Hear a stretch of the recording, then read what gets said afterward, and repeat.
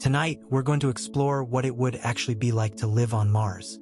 Most people picture the same thing: domes catching the light of a distant sun, green houses full of vegetables, astronauts walking the red surface in sleek suits, treating it like the next great chapter of human exploration. Everyone talks about getting to Mars like it's the hard part, like survival afterward is just a matter of good engineering and enough supplies. But almost nobody talks about what daily life would actually demand of the people who stay. The truth is that Mars doesn't offer a single dramatic danger you can prepare for and move past. It offers dozens of them all at once, all the time, with no escape from any of them. By the end of tonight, you're going to understand why living on Mars would be so much harder than anyone tells you, and why the people who go will face a life stripped of almost everything that makes Earth feel like home. Before we get started, if you love exploring the depths of space as much as we do, take a second to like the video or subscribe. It's a simple action, but it helps this channel reach more curious minds like yours. Now let's begin. Right now, plans for actually reaching Mars are moving faster than most people realize. Private companies have proposed massive reusable rockets capable of carrying dozens of people to the Martian surface, with some timelines suggesting a first crewed landing before this decade is even over.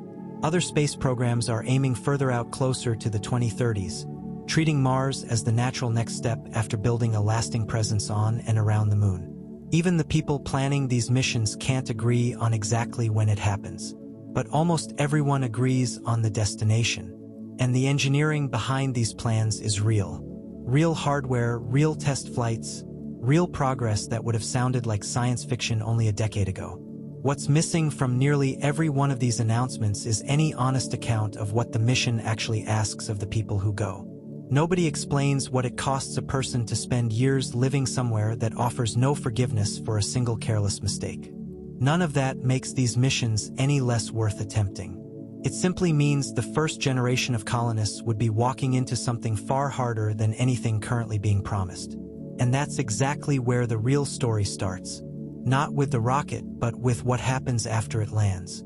Start with the most basic fact about Mars. The one that shapes literally everything else about life there. The air will try to kill you every single second of every single day. Mars has an atmosphere technically, but it's almost nothing. The pressure at the surface is less than 1% of what we breathe on Earth. It's made almost entirely of carbon dioxide with barely a trace of oxygen. If you walked outside without a suit, you wouldn't freeze first and you wouldn't suffocate first. Not in the way people imagine. The pressure is so low that the water in your blood and saliva would begin to boil at normal body temperature. Not because it's hot, but because there isn't enough pressure pushing down on it to keep it liquid. Doctors call this ebeism. Your saliva would bubble in your mouth. The moisture in your eyes and lungs would begin to vaporize. You'd lose consciousness within about 15 seconds from lack of oxygen, and without help, you would be gone within roughly 1 to 2 minutes.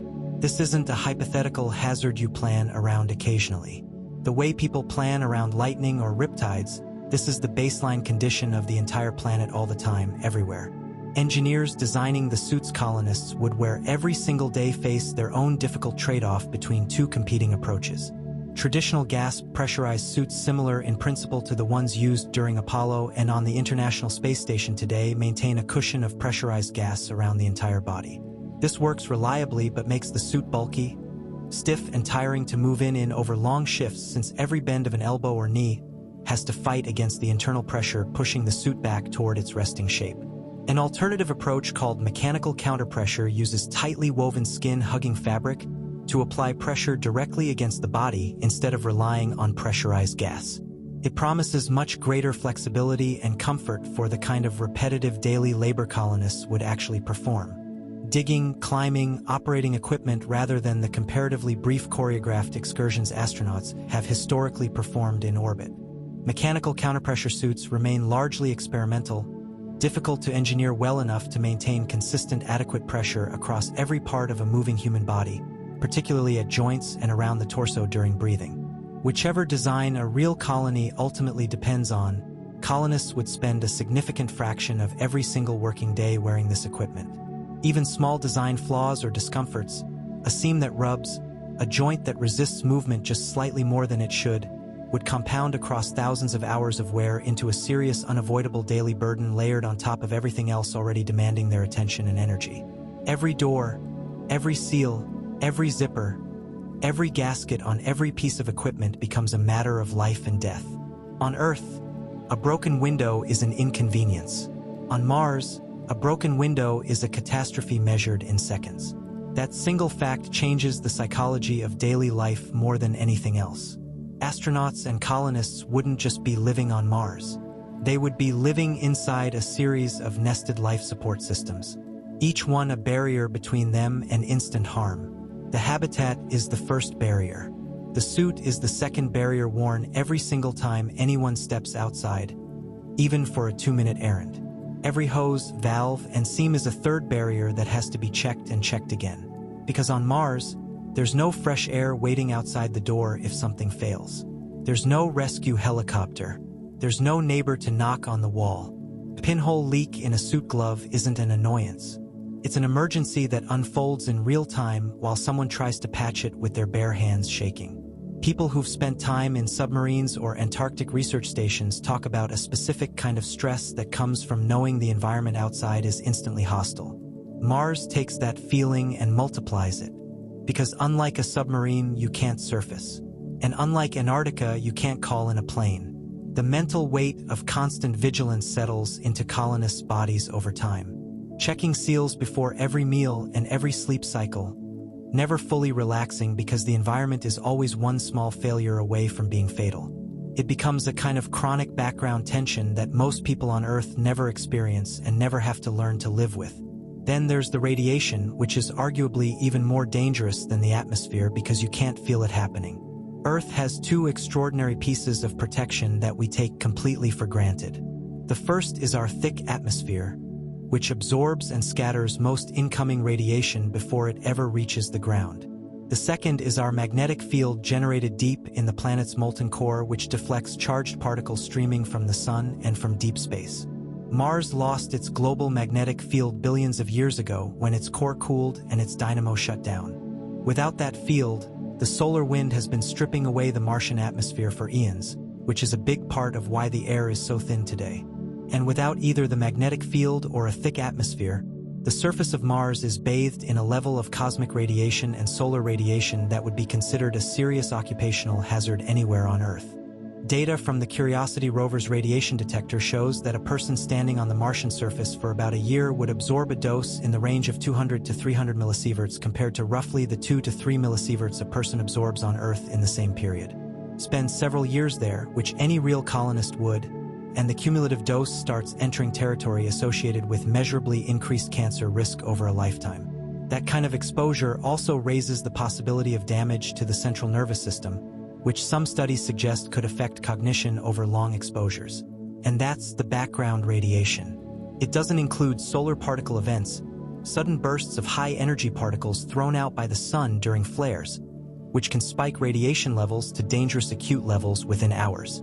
On Earth, we'd get a warning and duck indoors. On Mars, without a global magnetic field to soften the blow, a bad solar event could deliver a dangerous dose to anyone caught outside a heavily shielded shelter.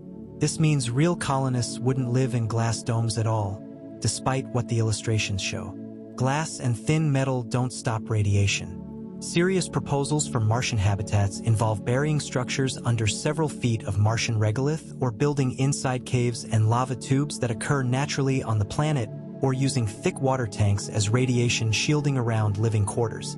In other words, the most realistic vision of a Mars colony isn't a shining city under a dome with sweeping views of red mountains. It's closer to a bunker. It's tunnels and buried modules, dim artificial lighting, thick walls, and small viewing ports rather than panoramic windows. Because every square foot of window is a square foot without adequate shielding. People who move to Mars, dreaming of long walks under alien skies, would instead spend most of their lives underground, venturing outside only in a suit for limited windows of time with a personal radiation dose clipped to their chest the way office workers wear an ID badge. Now consider the temperature, which sounds like it should be the easy part compared to boiling blood and cosmic radiation, but it brings its own brutal surprises. Mars is farther from the sun than Earth, and its thin atmosphere holds almost no heat. The average surface temperature is around -80 degrees Fahrenheit or roughly -62 degrees Celsius. During a summer afternoon near the equator, it can occasionally climb close to the freezing point of water for a few hours. But because the atmosphere is so thin, it can't hold on to that heat. So, temperatures crash dramatically the moment the sun goes down. A single Martian day can swing more than 100 degrees Fahrenheit or roughly 56 degrees Celsius between afternoon warmth and nighttime cold. Compare that to Earth, where even extreme deserts rarely swing more than 50 or 60 degrees Fahrenheit or roughly 28 to 33 degrees Celsius between day and night. Because our thicker atmosphere acts like a blanket on Mars, every single night is colder than almost anywhere on Earth. Cold enough that unprotected skin would suffer frostbite within minutes. And mechanical equipment has to be engineered to survive repeated thermal cycling that would crack materials designed for gentler Earth conditions.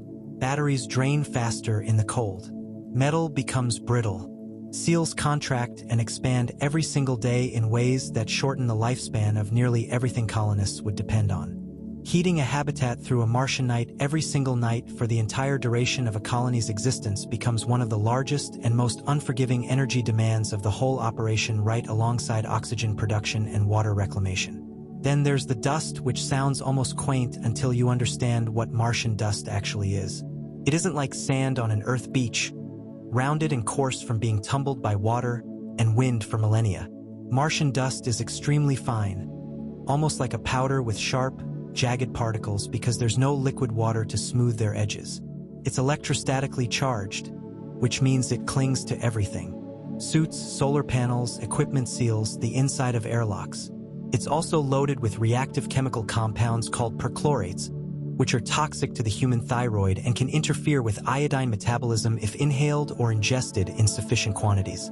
Every time a colonist comes back inside from an excursion, dust would inevitably be tracked in, no matter how careful the airlock procedures are. In the same way, beach sand always ends up in a car, no matter how much you shake out your shoes. Over months and years, that fine toxic dust would work its way into ventilation systems, into machinery, into the lungs of anyone exposed to enough of it, raising long-term concerns about respiratory disease, similar to conditions like silicosis that miners on Earth develop from breathing rock dust for years. Managing dust wouldn't be an occasional chore. It would be one of the unglamorous, constant, exhausting daily realities of Martian life, closer to fighting mold in a damp basement than exploring a frontier. And then there are the storms. Mars regularly experiences regional dust storms, and roughly once every few Martian years, which last about 2 Earth years each, a storm grows large enough to encircle the entire planet. These global dust storms can last for weeks, sometimes months, blotting out so much sunlight that the sky darkens dramatically even at midday. This is exactly what ended the mission of NASA's Opportunity rover when a colossal dust storm in 2018 blocked out the sun so completely that the rover's solar panels couldn't recharge its batteries. And after months of silence, mission controllers had to accept that the rover was gone for good. For a robotic rover, that's a sad but survivable loss. For a human colony relying partly on solar power, a storm like that isn't a scenic inconvenience. It's an existential threat to the power grid that keeps oxygen generators, heaters, and water reclamation systems running. Real colonies would almost certainly need to rely heavily on nuclear power, specifically because the sun cannot be trusted to show up reliably on Mars. And even then, a colony would need to plan its entire operational rhythm around the real possibility of losing visibility, losing some solar capacity, and living inside an orange dust-choked twilight for weeks at a stretch with visibility low enough that even short outdoor excursions become dangerous.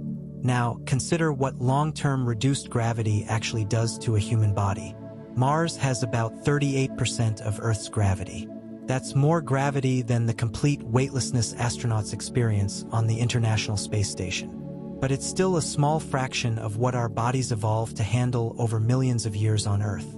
We already know a great deal about what happens to human bodies in zero gravity thanks to decades of research on astronauts. And it isn't good. Bones lose density at a rate of roughly 1 to 1.5% per month in microgravity concentrated, especially in weight-bearing bones like the hips and spine. Muscles atrophy despite rigorous daily exercise routines designed specifically to fight the loss. The heart, no longer working against gravity to pump blood upward, becomes weaker and more spherical in shape over time. Fluid shifts toward the head can cause changes in eye shape and vision that in some astronauts have not fully reversed, even years after returning to Earth. A condition researchers now call spaceflight-associated neuroocular syndrome. The immune system becomes measurably less effective. Kidney stones become more likely due to changes in calcium processing. Mars at 38% gravity would likely slow these effects compared to zero gravity. But nobody actually knows by how much because no human being has ever lived for years under partial gravity. It's an enormous unknown sitting at the center of the entire colonization project. A colonist who spends 10 years on Mars might return to Earth, if a return were even physically possible after that many years away from Earth's gravity. With a skeleton so weakened and a cardiovascular system so deconditioned that walking under full Earth gravity again could be dangerous. It could potentially cause fractures or fainting from blood pressure that can no longer properly regulate itself. And it gets more complicated when you consider children who might be born on Mars, something that serious colonization proposals openly discuss as an eventual necessity for a self-sustaining population.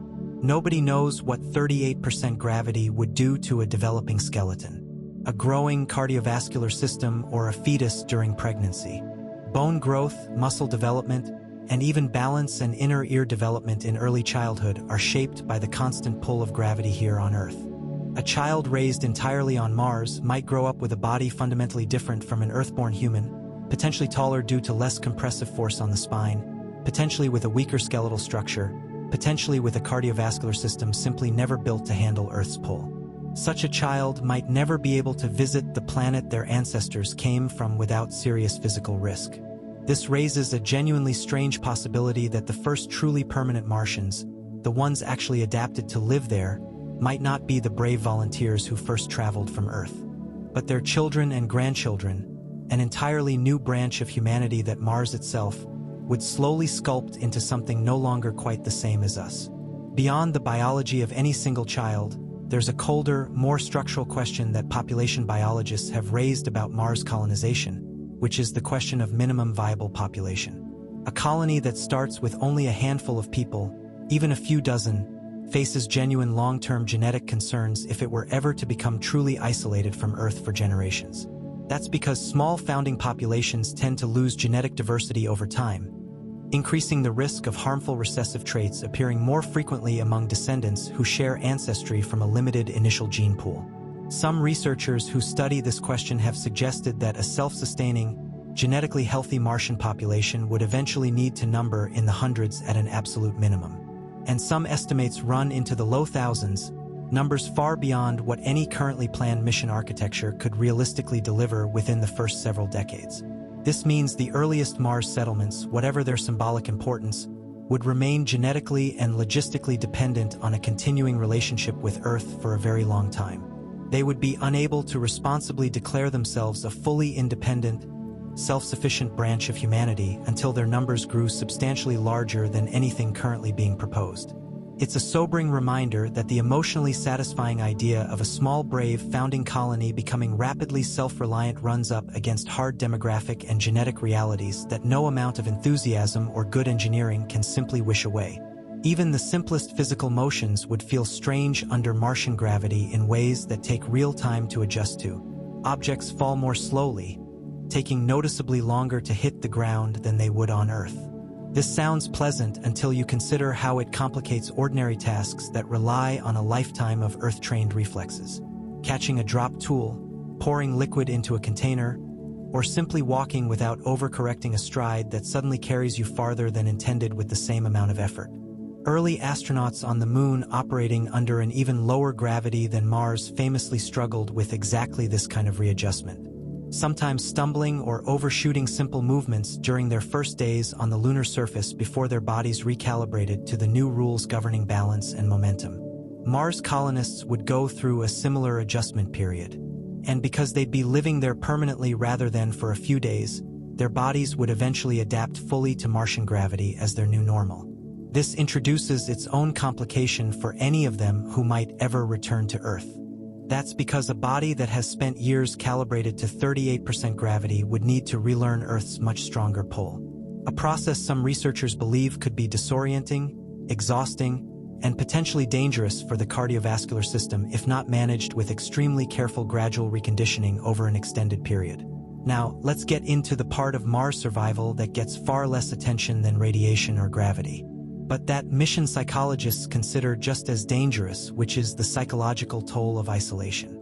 A trip to Mars takes roughly 6 to 9 months each way using current propulsion technology. And because of how the orbits of Earth and Mars line up, a return launch window only opens up around once every 26 months. That means realistic colonists wouldn't be popping back to Earth for holidays. Many wouldn't be coming back at all, and those who do would be committing to a mission lasting 2 to 3 years at an absolute minimum. Communication with Earth isn't instant either.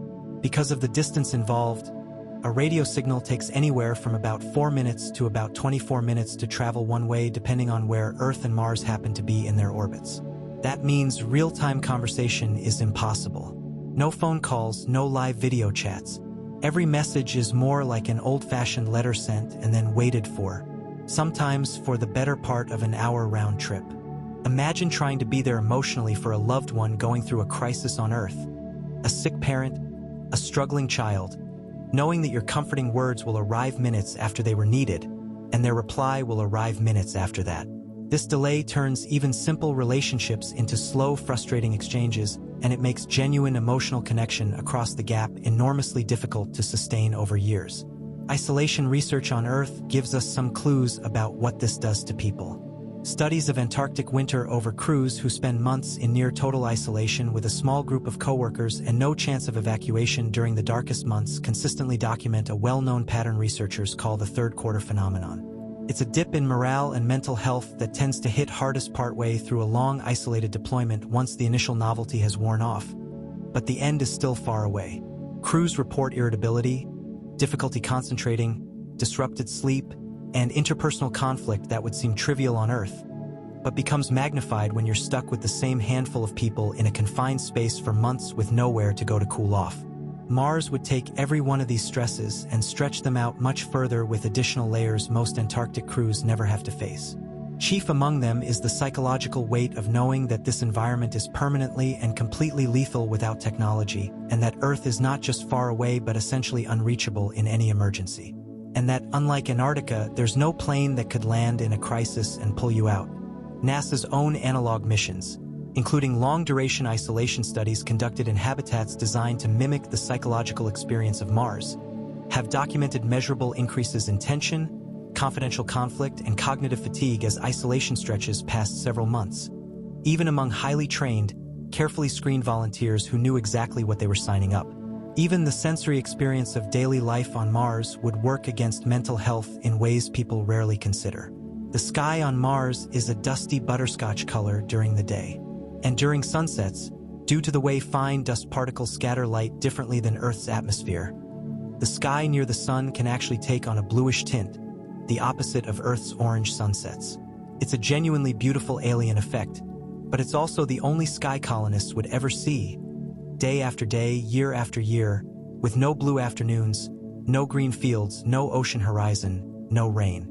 Sound behaves differently, too, because the thin atmosphere carries sound less effectively and shifts its pitch and character in ways that make the outdoors on Mars eerily quiet compared to Earth. There's no bird song, obviously, because there's no life. There's no rustling of leaves because there are no leaves. Wind exists on Mars and can occasionally kick up dust. But because the air is so thin, even strong Martian winds would feel and sound faint compared to a stiff breeze on Earth. More like a persistent hiss than the roar of wind on our planet. Colonists would spend most of their time indoors under artificial lighting carefully tuned to try to mimic natural daylight cycles. That's because prolonged exposure to artificial light without proper circadian cues has been linked on Earth to depression, disrupted sleep, and metabolic problems. Every element of the natural sensory world that human brains evolved to expect, whether seasons, natural light, ambient sound, living things would be absent or artificially simulated. And simulation is never quite the same as the real thing. Entertainment and mental stimulation, so easy to take for granted on Earth, would also shrink dramatically on Mars. There would be no new restaurants to try, no concerts, no spontaneous trips to a different city, no crowd of strangers to people watch, none of the small, low-effort novelties that give an ordinary Earth life its texture without anyone really noticing how much psychological nourishment they provide.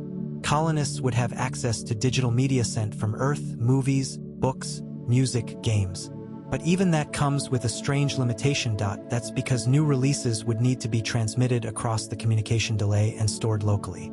Meaning colonists would experience Earth's culture on a delay, missing the shared in-the-moment experience of watching or discussing something as it happens for everyone else back home. Hobbies would need to be deliberately cultivated and psychologically prioritized as something close to a medical necessity rather than a luxury.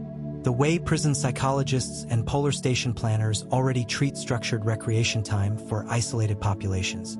Unstructured boredom combined with unrelenting stress is a well-documented recipe for declining mental health. Even something as simple as craving a specific taste, a favorite food from childhood, a particular smell associated with a happy memory becomes something colonists would have to learn to live without indefinitely. That's because Mars offers none of the small sensory anchors that quietly reassure a person that their world is still the world they know. Food would be another daily struggle that concept art conveniently skips over. Growing crops on Mars is possible in principle using hydroponic or aeroponic systems inside sealed climate-controlled greenhouse modules. That's because the Martian soil itself is contaminated with those toxic perchlorate compounds and isn't safe for direct planting without extensive treatment. Experiments on Earth simulating Martian and lunar regolith have shown that certain hardy crops like specific varieties of lettuce, radishes, and some grains can be grown in treated simulated soil. But yields are limited and the amount of energy, water, and controlled environment needed to grow meaningful quantities of food for a whole colony is enormous. Early colonists would almost certainly rely heavily on prepackaged, shelf-stable food shipped from Earth, supplemented gradually by whatever a struggling greenhouse operation could produce. Meals would likely be repetitive, calorie-dense, and nutritionally engineered rather than genuinely appetizing, more akin to military field rations or long-duration submarine food than a farm-to-table lifestyle. The psychological comfort that food normally provides, culture, celebration, and simple pleasure would be stripped down to something closer to fuel.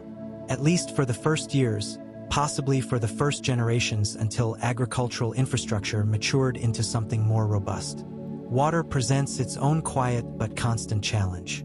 Mars does have water, mostly locked away as ice at the poles and in subsurface deposits detected by orbiting spacecraft. And extracting and purifying that ice into usable water would be one of the very first industrial tasks any colony would need to master.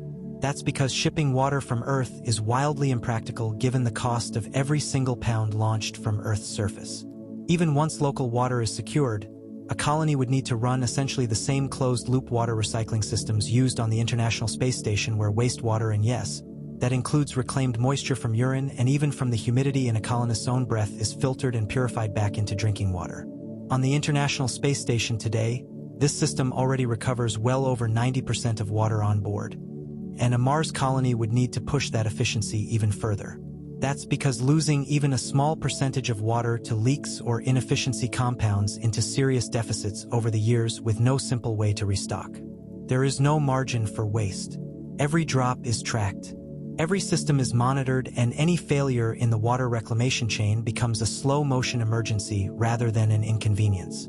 Fuel production adds yet another layer of dependency that most people never consider, but which becomes absolutely critical the moment anyone imagines eventually leaving Mars again, whether for a return trip to Earth or simply to relocate supplies between sites. Rockets that land on Mars can't simply refuel from a gas station. And carrying enough fuel from Earth for a full return journey would make any mission wildly heavier and more expensive than carrying only enough fuel for the outbound trip and generating the rest locally. This is where a process called in situ resource utilization becomes essential. Using Mars's own thin carbon dioxide-rich atmosphere combined with locally harvested water ice to manufacture rocket propellant through chemical reactions like the Sabatier reaction. This combines carbon dioxide with hydrogen to produce methane and water or through direct electrolysis of water into hydrogen and oxygen.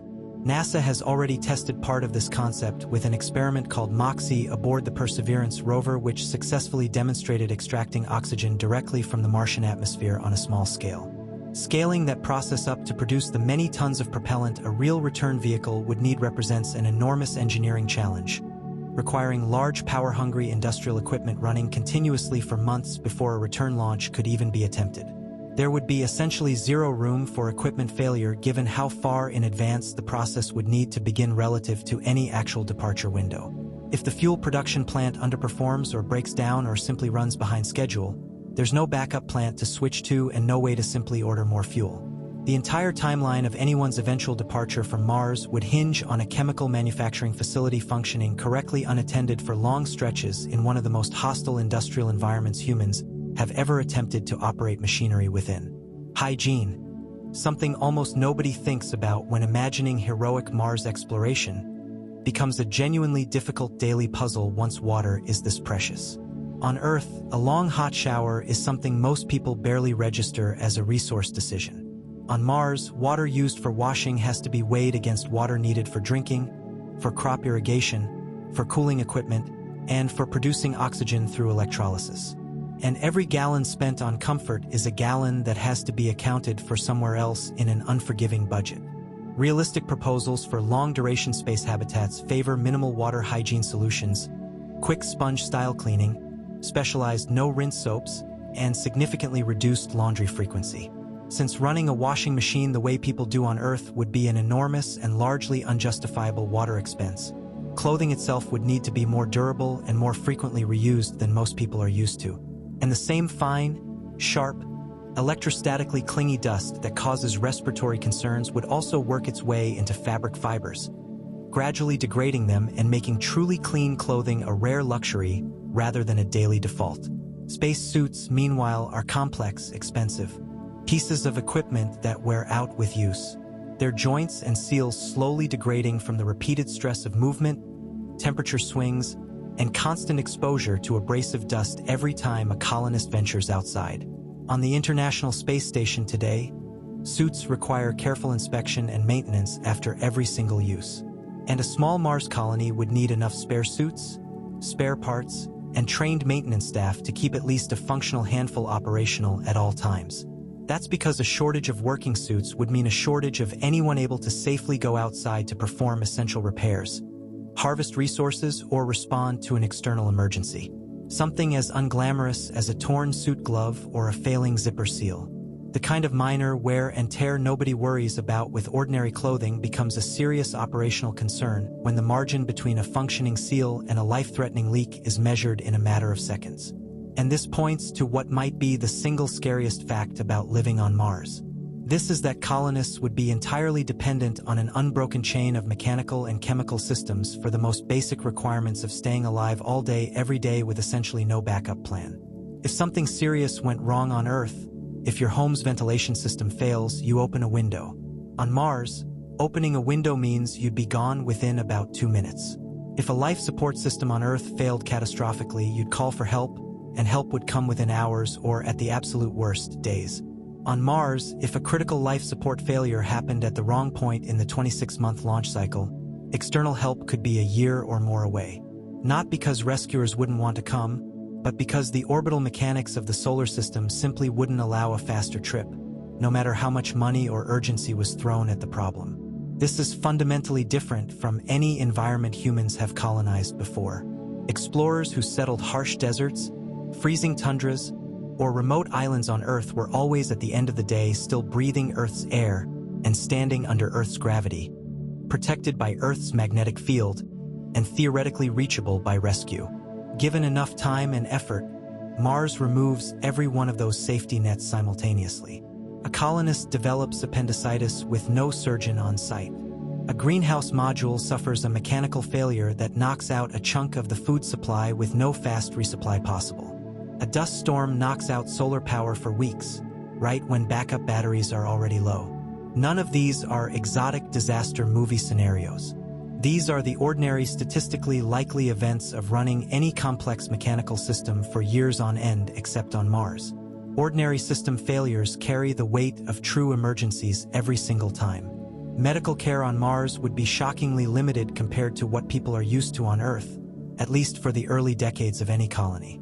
Sending a fully equipped hospital along with surgeons, specialists, imaging equipment, and pharmaceutical supplies would be enormously expensive and would still leave colonists without access to many of the diagnostic tools taken for granted on Earth.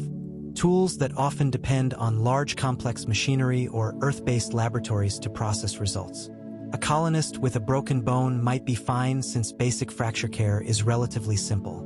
A colonist with an unusual infection, a cardiac event, or a condition requiring surgery beyond the training of whatever medical personnel happen to be on site could find themselves in serious trouble with no way to be evacuated to a better equipped facility in time.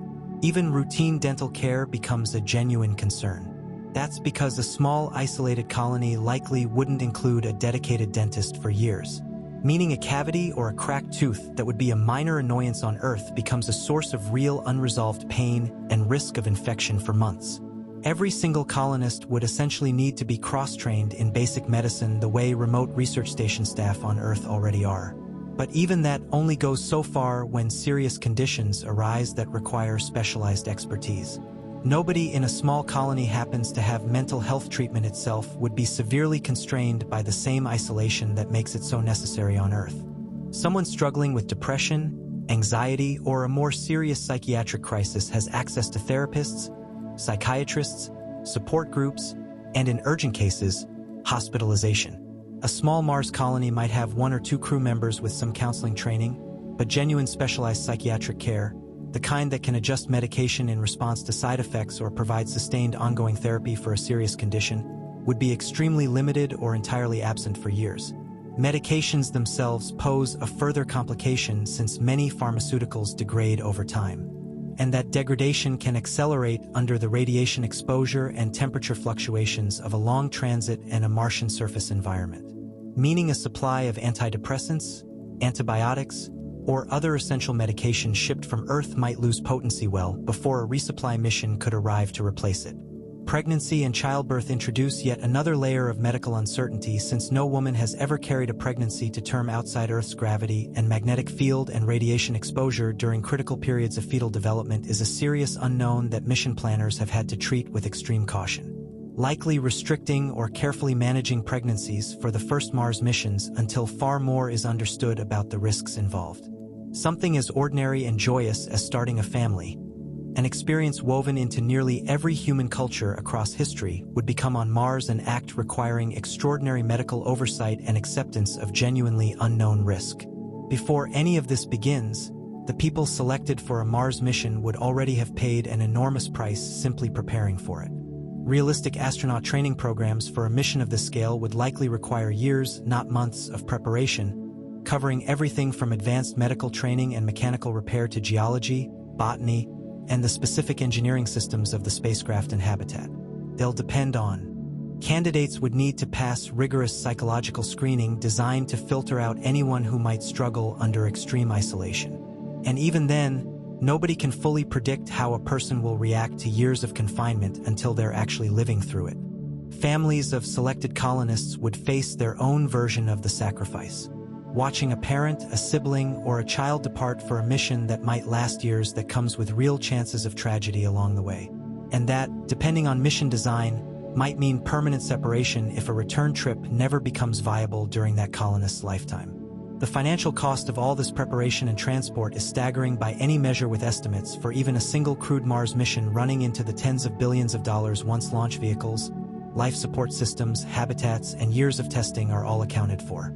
Every single seat on that outbound journey represents an almost unimaginable public and private investment, riding entirely on the health, competence, and psychological resilience of one individual person. Underneath every one of these challenges sits a brutal economic reality that shapes absolutely everything about daily Martian life, which is the almost unbelievable cost of launching anything at all from Earth's surface to Mars.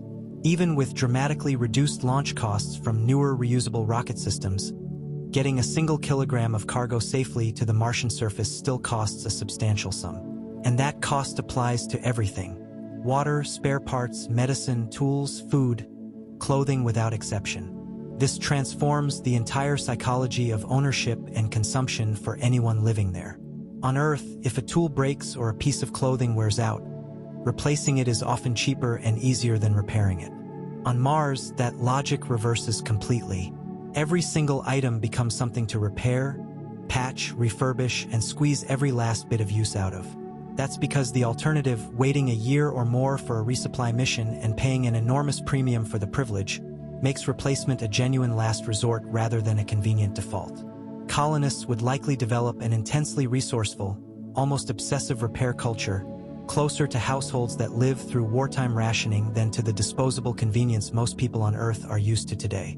Even something as small as a broken zipper pull or a cracked plastic container would become worth carefully fixing rather than discarding. That's because on Mars, throwing something away doesn't mean it goes to a landfill somewhere out of sight. It means permanently losing a resource that took an enormous amount of energy, money, and risk to deliver in the first place. Choosing exactly where on Mars to actually build a colony adds another layer of difficult trade-offs that mission planners still argue about today. The polar regions hold the most accessible water ice, an enormous advantage for life support and fuel production. But they also experience the coldest temperatures and the longest, darkest winters, straining power and heating systems even further. Equatorial regions offer milder temperatures and more consistent sunlight for solar power, but water ice there tends to be buried deeper and harder to access. And some equatorial sites of scientific interest, including locations where researchers have observed dark streaks called recurring slope linears that some scientists suspect might involve seasonal briny flows, are also exactly the sensitive areas. Planetary protection protocols would want disturbed as little as possible. Lava tubes, the underground tunnels left behind by ancient volcanic activity, offer natural radiation shielding and thermal stability that would reduce a colony's construction burden significantly.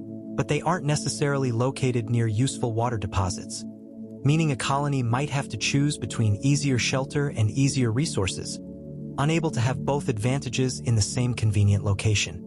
Every proposed site involves the same frustrating pattern, real trade-offs between competing survival needs. And once a location is chosen and infrastructure is built, moving to a better spot later becomes enormously more difficult and expensive. Meaning that early imperfect decision would shape the daily reality of colonists for generations to come. Fire represents a hazard that people rarely associate with Mars since the planet's thin atmosphere seems like it should make combustion difficult. But the reality inside a sealed habitat is more complicated and more dangerous. To keep a breathable mixture at a reasonable pressure without requiring excessively bulky suits and structures, habitat designers have sometimes considered atmospheres enriched with a higher percentage of oxygen than Earth's air, and history has already shown how catastrophic that choice can be. In 1967, a fire during a ground test of the Apollo 1 spacecraft, which used a pure oxygen atmosphere, spread with terrifying speed through the cabin, and the crew was lost within seconds in an environment where ordinary materials burned far more violently than they would in ordinary air. That tragedy fundamentally changed how spacecraft atmospheres are designed. But it stands as a permanent reminder that in a sealed environment, oxygen concentration is a matter of careful, unforgiving engineering. Any Mars habitat has to balance breathable air against fire risk with zero margin for a design mistake. That's because a fire in a sealed structure hundreds of millions of miles from Earth with no fire department, no evacuation route to open air, and a suit required just to step outside could destroy a colony's entire life support infrastructure in minutes with nowhere for anyone to run. A colony numbering only in the dozens or low hundreds would also face a much less discussed but very real social limitation: the sheer narrowness of the dating and marriage pool available to anyone living there.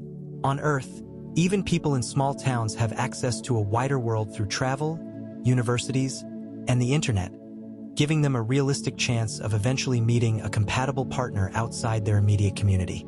A Mars colonist's romantic options, at least for the first generation, would be limited to whichever small group of people happen to be selected for the same missions, a population chosen primarily for technical skill and psychological resilience rather than for creating a socially and romantically balanced community. Some colonists would find this liberating in its own way, free from the noise and superficiality of Earth's dating culture. Meanwhile, others would find it a genuine ongoing source of loneliness that no amount of professional fulfillment could fully offset. Children eventually born and raised on Mars would face their own version of this limitation, growing up with a far smaller and less diverse peer group than almost any child on Earth experiences. Without the wide range of friendships, subcultures, and social experimentation that shapes so much of adolescence back home, education would need to be handled largely through remote instruction and whatever specialists happen to be present in the colony itself. And while modern technology can deliver excellent academic material across any distance, it can't fully replace the social texture of a genuinely large, varied community. Something Martian children would simply grow up without for as long as their colony remains small. Air quality inside a sealed habitat carries risks beyond simple noise. And history has already shown how quickly a seemingly minor imbalance can become a genuine emergency.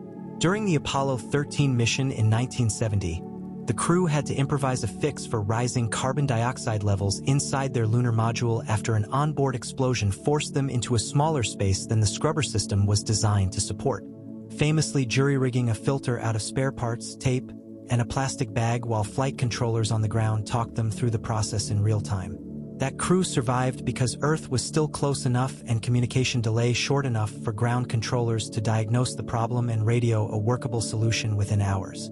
A Mars colony experiencing a similar carbon dioxide buildup wouldn't have that luxury. Any advice from Earth would arrive only after a communication delay stretching into many minutes each way.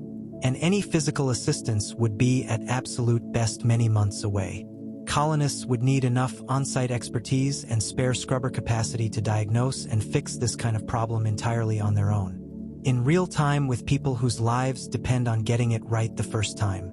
That's because there's no equivalent of an Apollo 13-style ground team standing by with decades of institutional knowledge and a duplicate simulator to test solutions on before radioing instructions. The ground itself isn't perfectly stable either. NASA's InSight lander, using a sensitive seismometer placed directly on the Martian surface, detected more than 1,300 Mars quakes over the course of its mission, confirming that Mars experiences its own seismic activity, generally weaker than Earth's most powerful earthquakes, but real and ongoing nonetheless. A permanent habitat, especially one built partly underground or inside a lava tube for radiation protection, would need to be engineered with this seismic activity in mind. Adding structural reinforcement and monitoring systems to a construction project already burdened by nearly every other hazard covered tonight. It's one more example of how Mars refuses to offer colonists a single simple stable foundation for anything. Not the air, not the temperature, not the ground itself.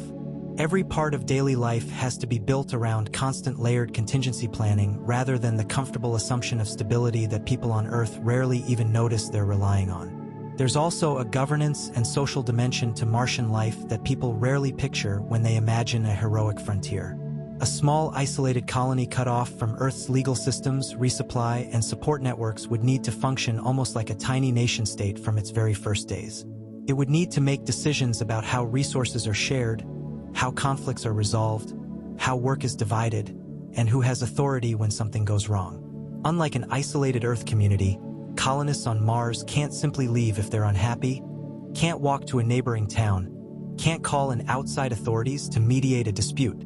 Every interpersonal conflict, every disagreement about priorities, every clash of personality has to be resolved internally among the same small group of people indefinitely because there's genuinely nowhere else to go. Historians and sociologists who study small, isolated communities, from polar expeditions to closed religious settlements to long-duration submarine crews, consistently find that social cohesion or its breakdown is one of the single biggest predictors of whether an isolated group thrives or falls apart. A Mars colony's survival would depend as much on psychology, diplomacy, and simple human kindness among its members as it would on oxygen generators and radiation shielding. And there would be no HR department, no outside police force, and no simple exit for anyone who found themselves in an unbearable situation with another colonist. It's worth understanding how we even know this much about the psychological side of Martian isolation because scientists haven't just guessed. Over the past few decades, several programs have tried to simulate the experience of a Mars mission as closely as possible without actually leaving Earth. The HIC's project in Hawaii placed small crews inside a dome-shaped habitat on the slopes of a volcano, chosen because its barren reddish landscape resembles the Martian surface for missions lasting up to a full year at a time. Crew members lived under many of the same restrictions real Mars colonists would face. Limited water, rationed food, mandatory suits for any outdoor excursion, and communication with the outside world, deliberately delayed by 20 minutes in each direction to mimic the real lag between Earth and Mars. Researchers monitored the crews closely, and what they found echoed what polar researchers already knew. Tension built gradually. Small irritations that would have been laughed off in week 1 became sources of real friction by month 8. Some missions ended early. Crew members later described the strange sensation of forgetting what rain sounded like, of craving specific foods with an intensity that surprised them, of feeling profoundly changed by the isolation in ways they hadn't expected going in. A similar program in Russia called Mars 500 sealed a crew inside a mock-up spacecraft for 520 days, deliberately chosen to match the length of a realistic round-trip Mars mission profile and documented similar patterns of mood decline, sleep disruption, and interpersonal strain. Even though everyone involved knew on some level that they could open a door and step outside into ordinary Russian air if there were ever a genuine emergency. On real Mars, no such door exists, and in the 1990s, a project called Biosphere 2 in Arizona attempted something even more ambitious. Sealing a small crew inside a closed ecological system meant to be almost entirely self-sufficient, growing its own food and recycling its own air and water. The project ran into serious technical problems, including unexpectedly low oxygen levels that had to be corrected by pumping in outside air. And the crew experienced significant interpersonal conflict, severe enough that, according to later accounts, some members stopped speaking to each other entirely for extended stretches, while still living and working in the same sealed structure every day. These experiments were conducted voluntarily with an actual emergency exit available and a full support team standing by on the other side of the wall. Mars offers no equivalent option. Everything these analog missions revealed about human strain under isolation would apply on Mars with the safety net completely removed. And with several additional stressors, genuine physical danger, genuine distance, and genuine permanence stacked on top, even actual Antarctic research stations, the closest permanently inhabited analog Earth has to offer, reveal just how much strain long isolation places on the human mind. At the Amundsen Scott South Pole Station, winter crews live through months of continuous darkness with no possibility of flights in or out once the deep cold sets in. That's because aircraft fuel and hydraulic systems simply can't reliably function in temperatures that regularly plunge far below anything most of the world ever experiences. Station doctors serving through an Antarctic winter have had to talk themselves through emergency medical situations with only a radio link to distant specialists for guidance, occasionally performing procedures on themselves when no other option existed. That's because evacuation truly was not possible until the weather broke months later. Russia's Vostok station, built on the Antarctic ice sheet, holds the record for the coldest natural air temperature ever reliably measured on Earth. And crews stationed there have described a specific disorienting mental fog that sets in after enough consecutive months cut off from the outside world. It's a kind of slowed thinking and emotional flattening that researchers have come to recognize as a predictable physiological response to extreme prolonged isolation rather than simple unhappiness. And even these extraordinarily harsh remote postings still take place on Earth under Earth's familiar gravity. Breathing Earth's unmodified air the moment anyone steps outside a station's walls, with rescue at least theoretically possible if the situation became truly dire enough to risk it. Mars would offer no such theoretical possibility at all for much of any mission's duration, making even Vostok's brutal isolation look, by comparison, like a survivable inconvenience next to what a real Martian winter would demand of the people living through it. There's also the matter of time itself, which behaves in a subtly disorienting way on Mars that most people never think about. A Martian day called a sol is about 39 minutes longer than an Earth day. That sounds trivial, barely worth mentioning, but 39 minutes compounds relentlessly. Teams at NASA's Jet Propulsion Laboratory, who operate Mars rovers, have had to live on so-called Mars time during critical mission phases, shifting their entire daily schedule about 40 minutes later every single day to stay synchronized with the rover's local solar time on the Martian surface. Within just a couple of weeks, a schedule that started at a normal hour drifts completely around the clock. Engineers who began a rotation working during Earth daylight hours find themselves, without ever changing time zones, working through the dead of an Earth night instead. Engineers who lived this way for extended stretches reported it feeling like a permanent rolling case of jet lag that never resolved. That's because the mismatch between their body's roughly 24-hour internal clock and the slightly longer Martian day never stops accumulating. For actual Mars colonists, this wouldn't be a temporary work rotation lasting a few months. It would be the permanent condition of their entire lives, every single day, arriving slightly later by Earth's clock than the one before. Bodies evolved over millions of years to expect a very specific rhythm of light and dark.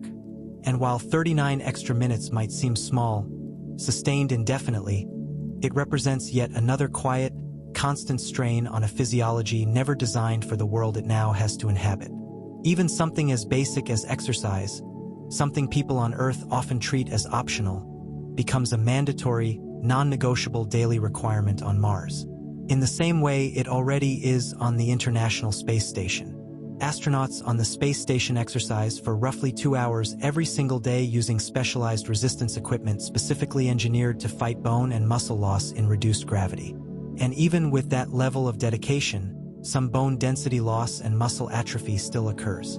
Mars colonists would need a similarly rigorous mandatory daily exercise regimen, not as a lifestyle choice, but as a medical necessity for their entire lives, for as long as they remained on Mars. Skipping a workout wouldn't just mean feeling a bit out of shape. It would mean measurably accelerating bone density loss that over years could increase the risk of fractures during ordinary activities and could complicate any eventual return to Earth's gravity. Daily life on Mars would essentially come with a built-in, unavoidable, non-optional prescription that never lets up, layered on top of every other survival task already demanding a colonist's time and energy. There's also a hazard that Earth's thick atmosphere quietly protects us from every single day without most people ever realizing it, which is the constant rain of small meteoroids falling toward every planet in the solar system. On Earth, the vast majority of these fragments burn up completely in the atmosphere, producing nothing more dangerous than an occasional shooting star. Mars's atmosphere is so thin that it offers far less protection, allowing meteoroids that would have harmlessly disintegrated over Earth to instead reach the Martian surface, still moving at dangerous speeds. Orbital images have actually captured new impact craters forming on Mars within the time span of a single human observing career, evidence that small impacts happen there with genuine measurable frequency.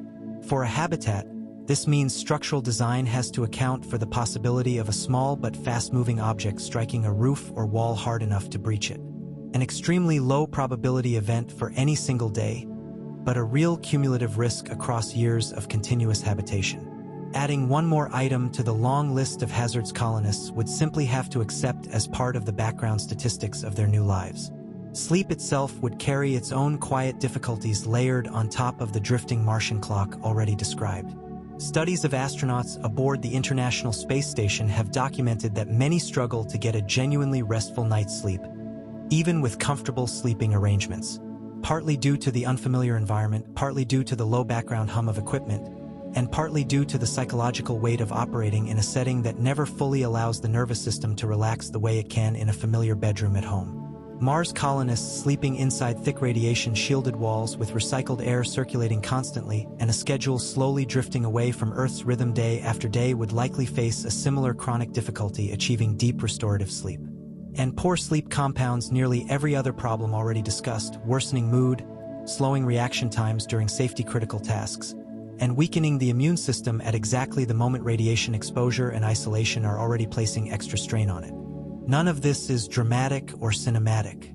It's the unglamorous cumulative wearing down of ordinary human resilience, one slightly restless night at a time. For years, without a single night of the deep, easy, unthinking sleep most people on Earth take completely for granted.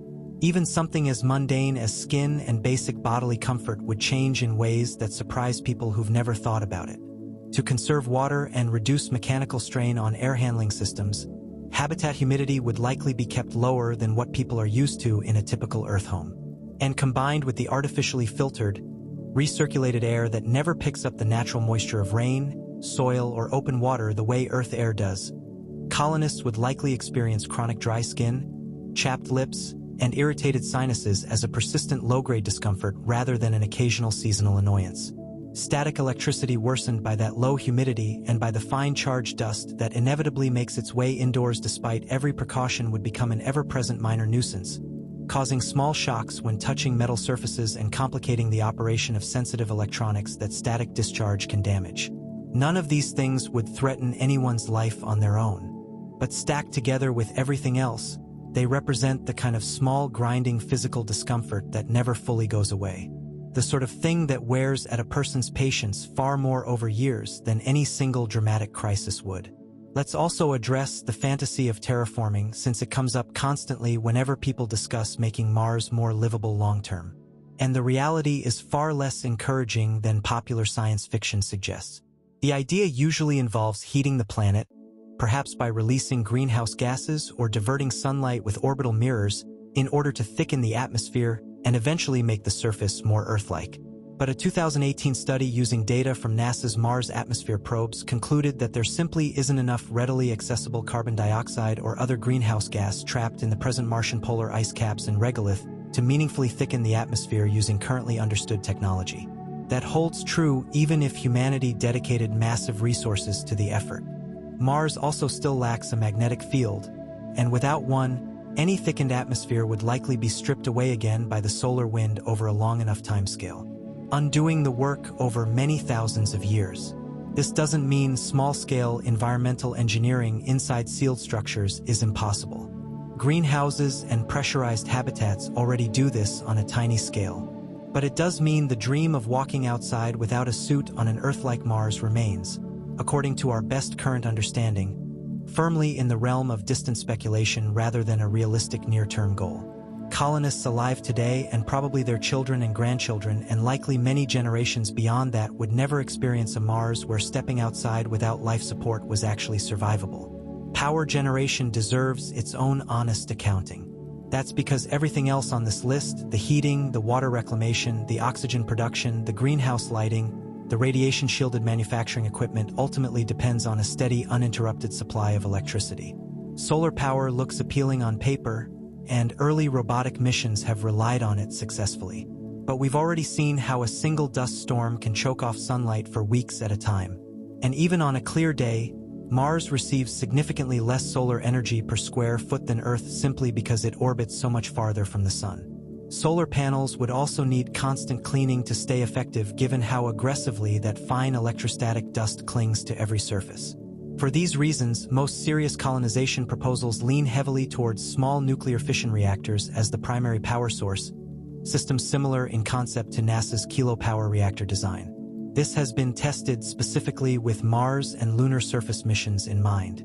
Nuclear power offers a steady weather-independent supply of energy, but it introduces its own set of engineering and safety demands, shielding, cooling in an atmosphere too thin to carry heat away efficiently the way Earth's air does, and the sheer complexity of keeping a reactor running reliably for years with a small technical crew and no possibility of shipping in a replacement part on short notice. Whatever the power source, a Mars colony would need to build in massive redundancy, multiple independent systems capable of covering for each other.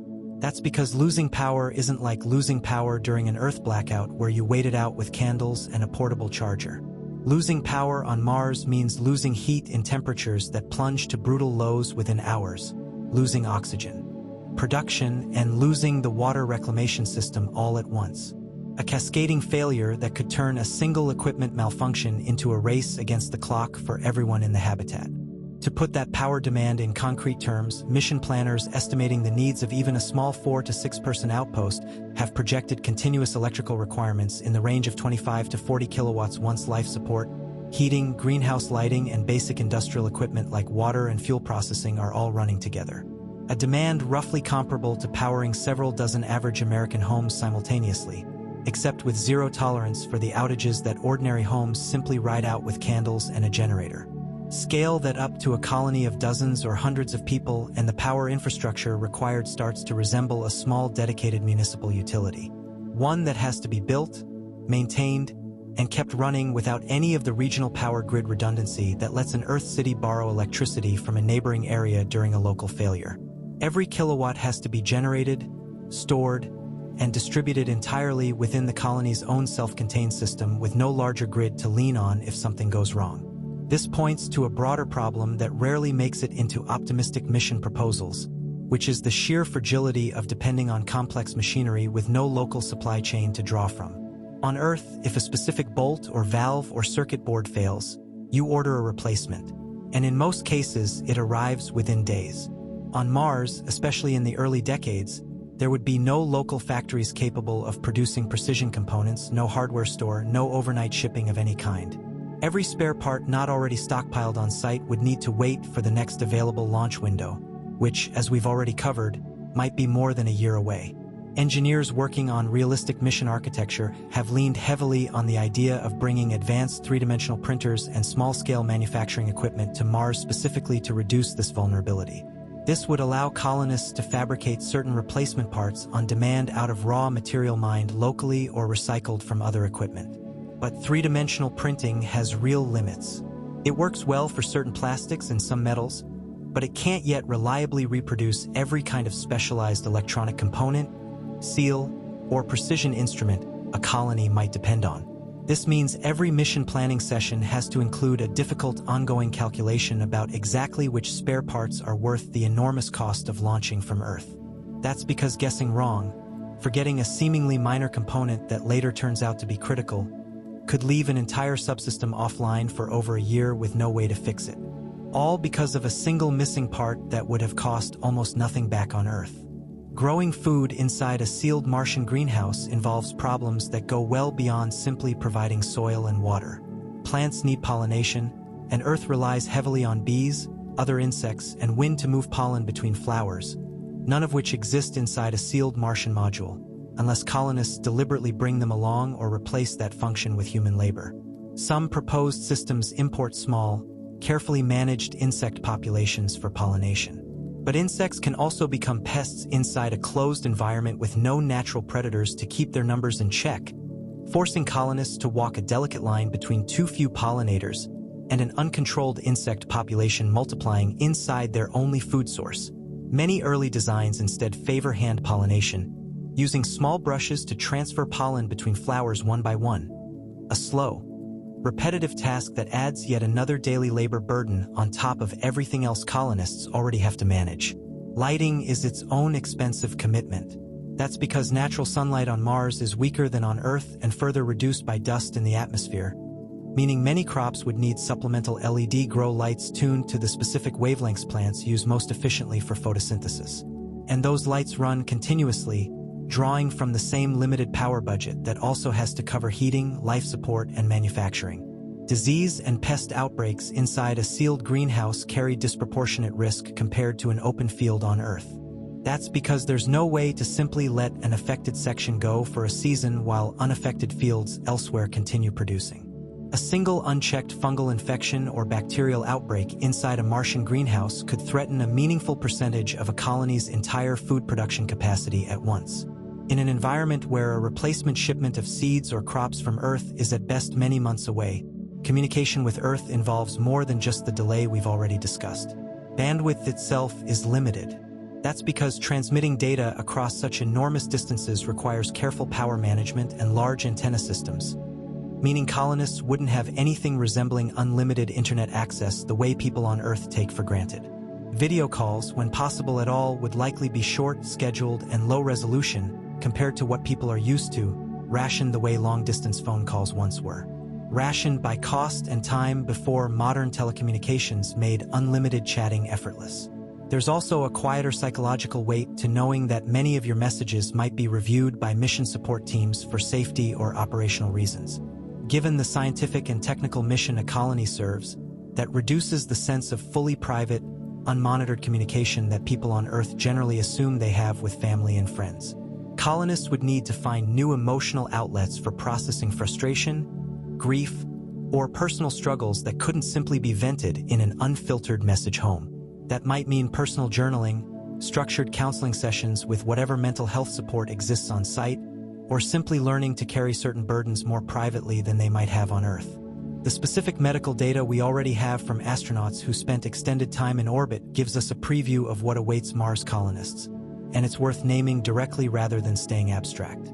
NASA's twin study compared astronaut Scott Kelly after nearly a full year aboard the International Space Station with his identical twin brother Mark, who remained on Earth.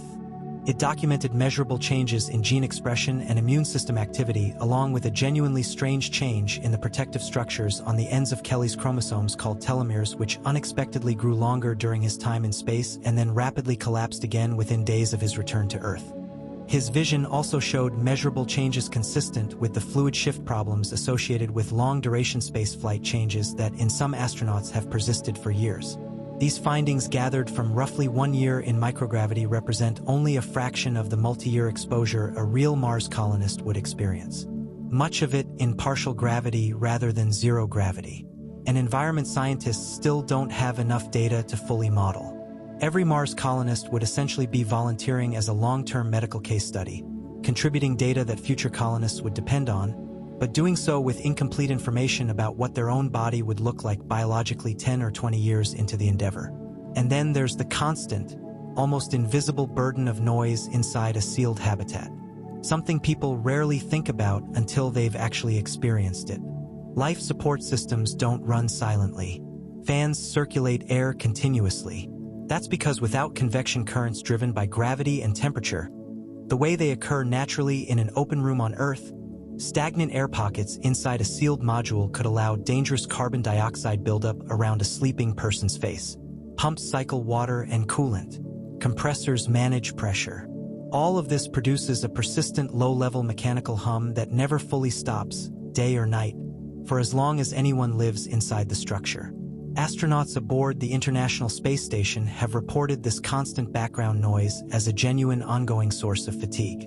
Something that never quite lets the brain settle into full restful quiet the way a bedroom on Earth can. Over months and years, that unbroken low hum layered on top of every other stressor already discussed becomes one more small but relentless tax on a colonist's ability to ever fully relax.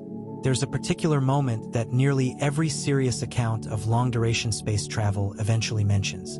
The first time a colonist looks up into the Martian night sky and finds Earth. Not as a full glowing world the way it appears in photographs taken from the moon, but as a small faint blue-tinged point of light indistinguishable at a glance from any other star.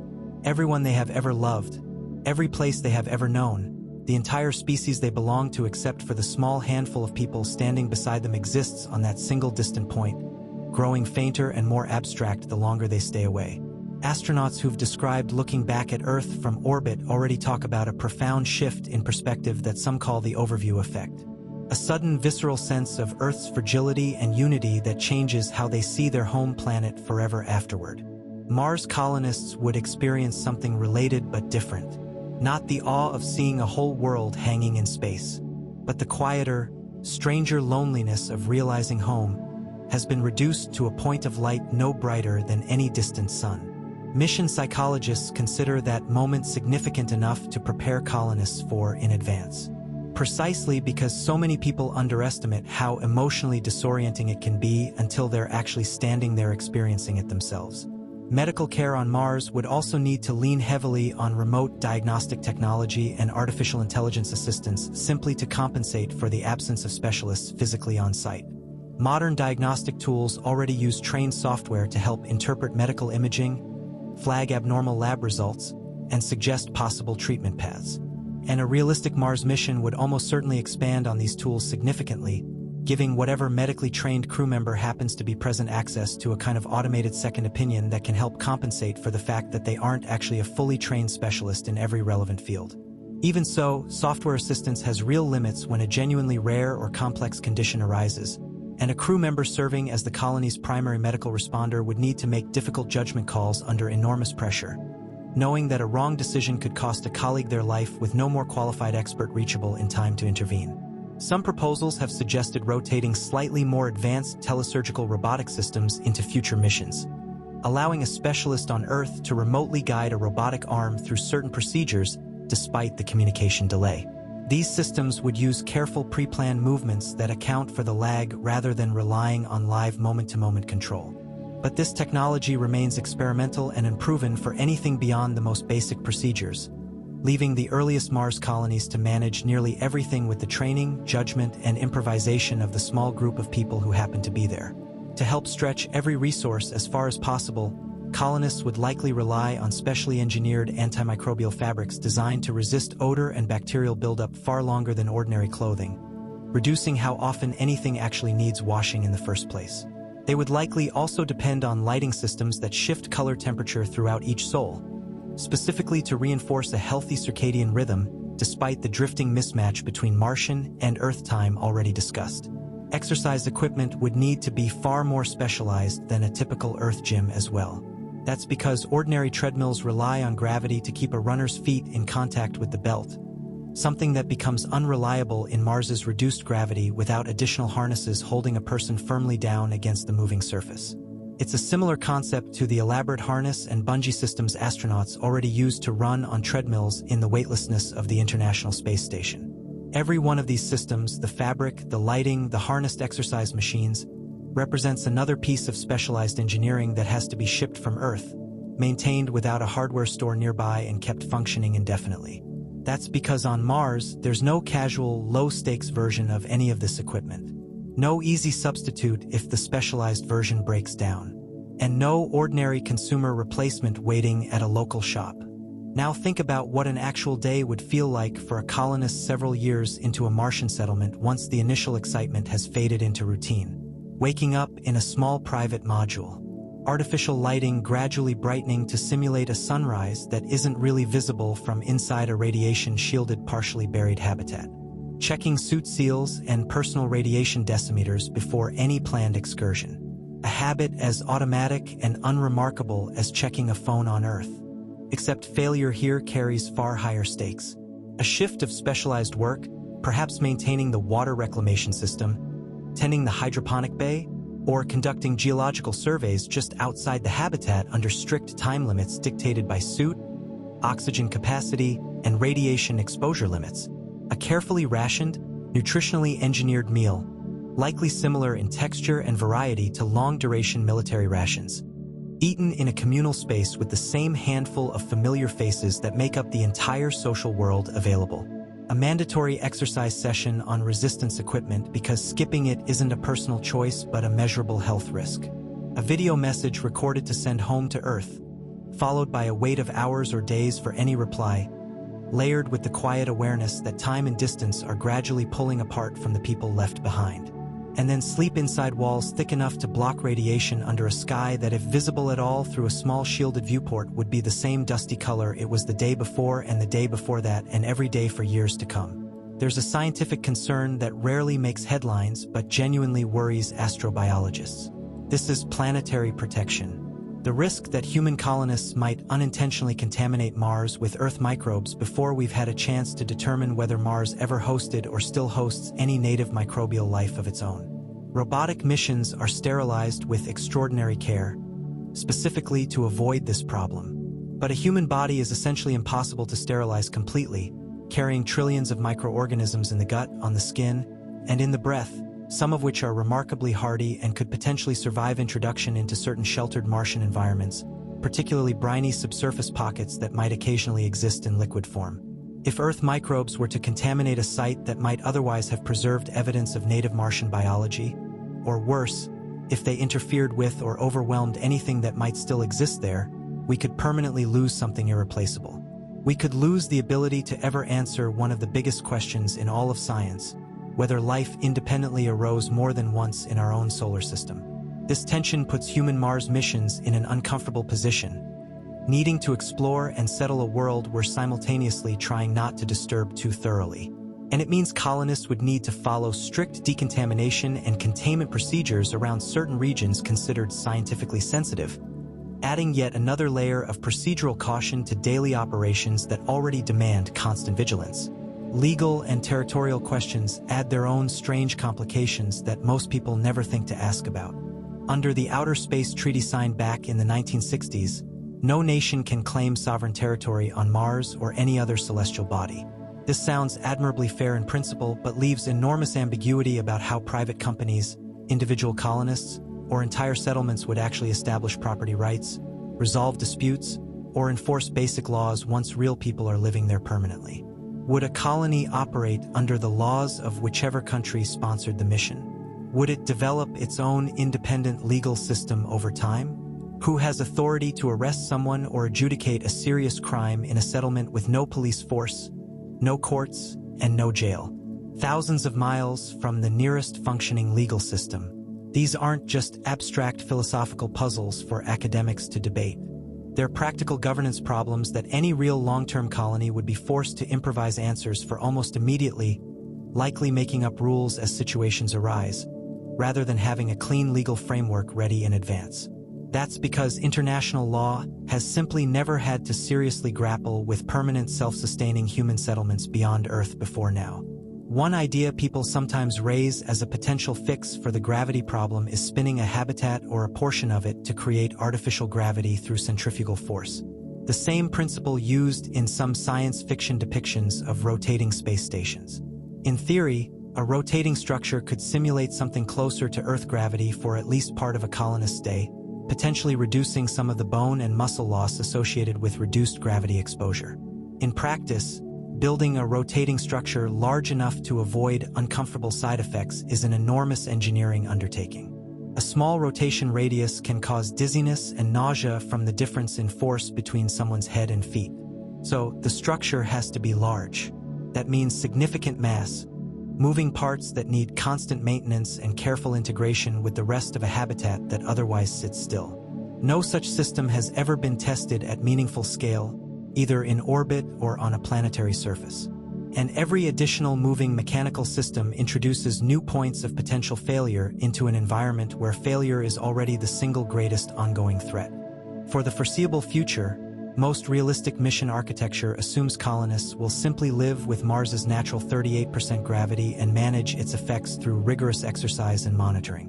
That's a safer bet than betting a colony's survival on an unproven mechanical solution that could just as easily become one more complex system that breaks down at the worst possible time. Consider how colonists themselves would likely cope with all of this. Because human beings are remarkably adaptable. And the same species that learned to survive Arctic winters, deep ocean voyages, and months-long submarine patrols would almost certainly develop its own rituals and coping mechanisms for Martian life. Suit checks before every excursion would likely become something close to ceremony. A careful practiced sequence repeated so many times it becomes almost meditative. It's the way experienced pilots run through pre-flight checklists with a calm, focused attention that outsiders sometimes mistake for boredom, but that actually reflects deep competence.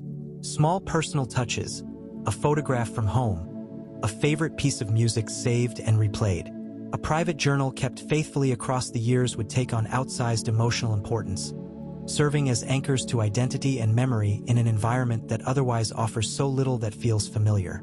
Colonists would likely develop close, almost family-like bonds with the small group of people they share their lives with. Not because they necessarily started out compatible, but because shared hardship repeated over years with no possibility of simply walking away tends to forge relationships of a depth and intensity that people living ordinary, socially abundant lives on Earth rarely experience.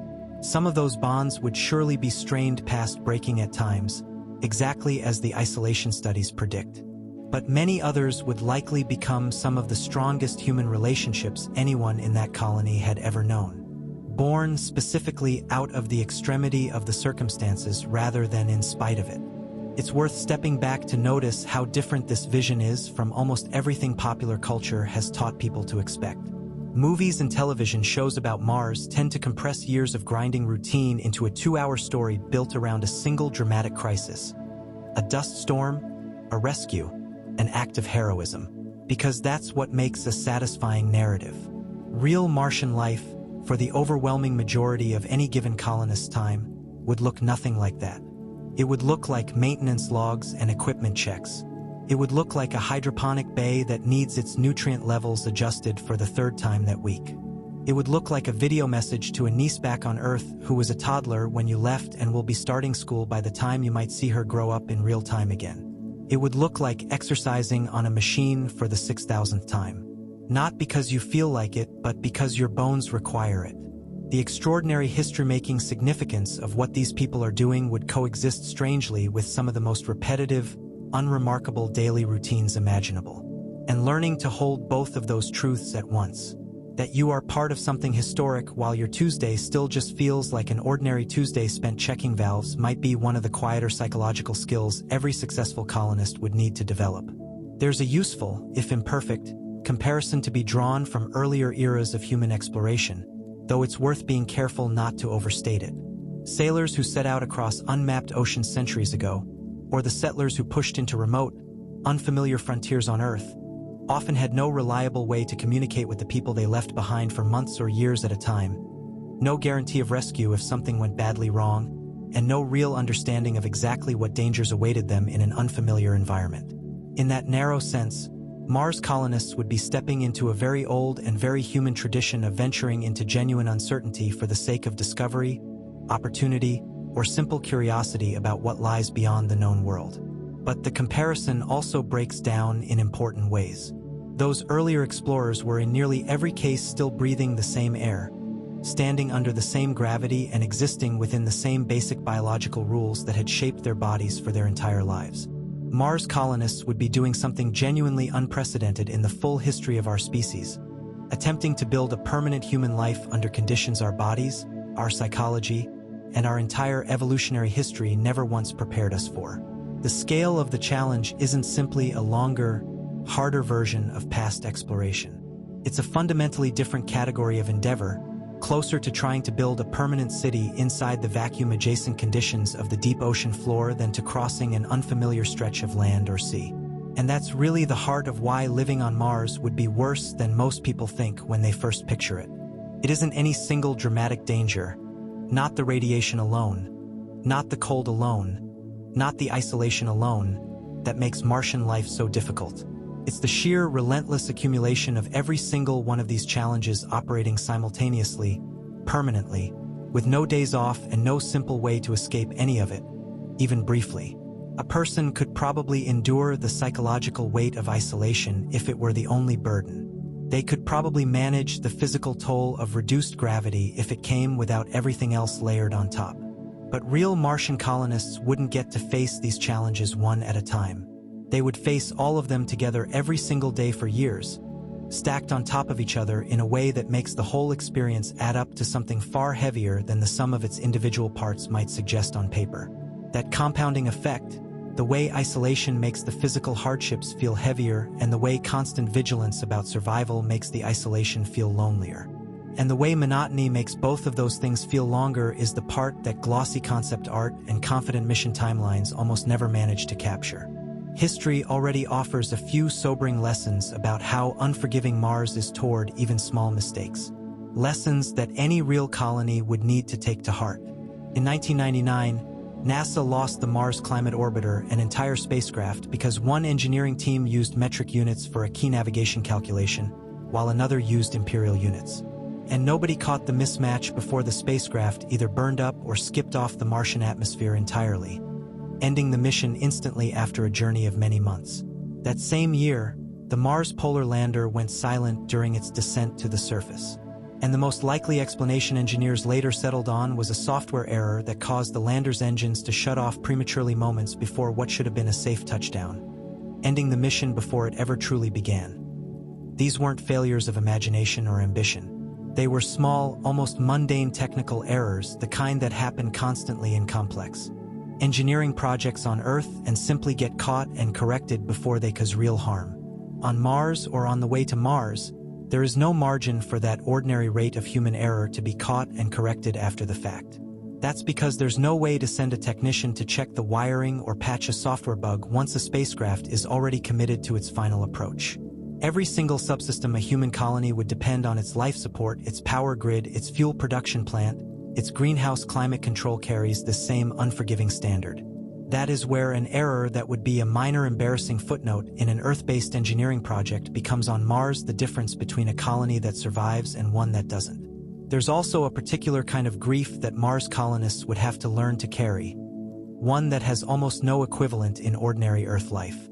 Because travel and even communication are so constrained, a colonist would likely miss nearly every major life event happening back home for the entire duration of their time on Mars. Weddings, births, graduations, and the quiet, ordinary passage of a parent or grandparent's final years would all happen without them. known about only through delayed messages and photographs rather than personal presence.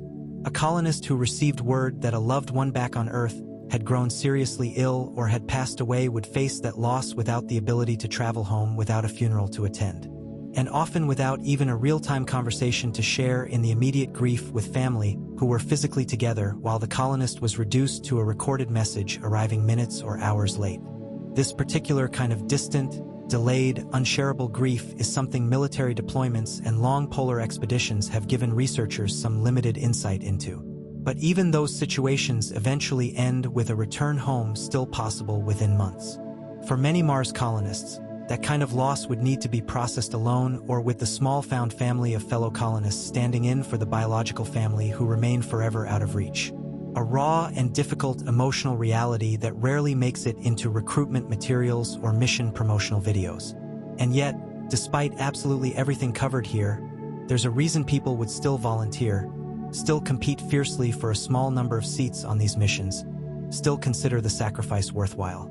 Human beings have always been drawn toward projects larger than their own individual comfort, toward the kind of meaning that comes specifically from doing something difficult and consequential rather than something easy and forgettable. Scientists who study purpose and well-being consistently find that a strong sense of meaning, the belief that your daily effort connects to something significant beyond yourself, can sustain people through extraordinary hardship that would otherwise seem unbearable. Every one of the difficulties described tonight, the radiation, the isolation, the grinding monotony, the grief experienced at a distance, would be real and would be genuinely hard. But for the right kind of person, someone driven less by the fantasy of red sunsets and more by a clear-eyed commitment to being part of something historically unprecedented, that meaning might be exactly enough to make the sacrifice feel worthwhile. Not despite the hardship, but in some strange way, partly because of it, because meaning that costs nothing rarely feels like it was worth anything at all. None of this means Mars colonization is pointless or that it shouldn't happen. Serious engineers, scientists, and space agencies around the world still consider it one of the most important long-term projects humanity could undertake, both for the sake of scientific discovery and for the long-term survival of our species as a multi-planet civilization rather than one confined entirely to a single vulnerable world. But the popular imagination of Mars, the domes, the sunsets, the casual outdoor strolls, the greenhouse gardens full of thriving crops, badly misrepresents what the actual early decades of a Martian colony would look like and feel like for the people living through it. It would be closer to running a permanent, unforgiving submarine mission crossed with an Antarctic winter overcrossed with a hospital intensive care unit sustained indefinitely with no possibility of simply going home if it became too much. The people who eventually make this journey wouldn't primarily be adventurers chasing a thrill. They would need to be something closer to extremely disciplined specialists with an almost monastic tolerance for routine risk, confinement, and sacrifice, driven less by excitement and more by a genuine conviction that the project matters enough to justify what it would cost them personally. And that cost deserves to be named honestly without either dismissing the dream or dressing it up as easier than it is. Living on Mars would mean surrendering blue skies, rain, the smell of soil after a storm, the sound of wind through actual leaves, immediate contact with loved ones, next-day medical care for a serious illness, and the simple unconscious safety of walking outside without a suit that most humans have never once had to think about in their entire lives. It would mean radiation exposure that quietly raises long-term health risks with every passing year. It would mean a body slowly reshaped by reduced gravity in ways medical science still can't fully predict. It would mean psychological pressure that even rigorously trained, carefully screened volunteers on Earth analog missions have struggled to fully withstand. It would mean permanent vulnerability to a planet that offers no forgiveness for carelessness. Because on Mars, the ordinary mistakes that are merely embarrassing on Earth become the extraordinary mistakes that end a life. This has been a long look at what the concept art never shows you. The daily grinding, unglamorous reality that would actually define life on Mars for the people brave or driven enough to attempt it. It's not a story about red dust adventures under alien sunsets, at least not primarily. It's a story about discipline, about constant vigilance, about the strange psychological weight of living somewhere that offers zero natural forgiveness for error. The people who eventually make Mars their permanent home will be remembered rightly as pioneers. But pioneers of a very specific and demanding kind. closer to submarine crews and polar researchers than to the swashbuckling explorers. Of popular imagination, they will spend their days managing systems most of us never think about, tending machines that stand between them and instant harm, exercising not for pleasure but for survival, and building an entirely new kind of human community from scratch with no safety net, no easy exit, and no possibility of simply changing their minds and going home once the ship has left. If anything, understanding just how harsh Mars actually is should deepen our respect for what it would take to live there permanently rather than dampen our enthusiasm for eventually trying. The version of Mars colonization worth getting excited about isn't the sanitized, sun-drenched fantasy sold in illustrations. It's the far more sobering, far more human reality of small groups of extraordinarily capable people choosing to endure genuine hardship year after year in service of something larger than their own comfort. They would be laying a foundation that later generations, better equipped and better adapted, might eventually build into something resembling a true home. That is a far more difficult story than the one usually told.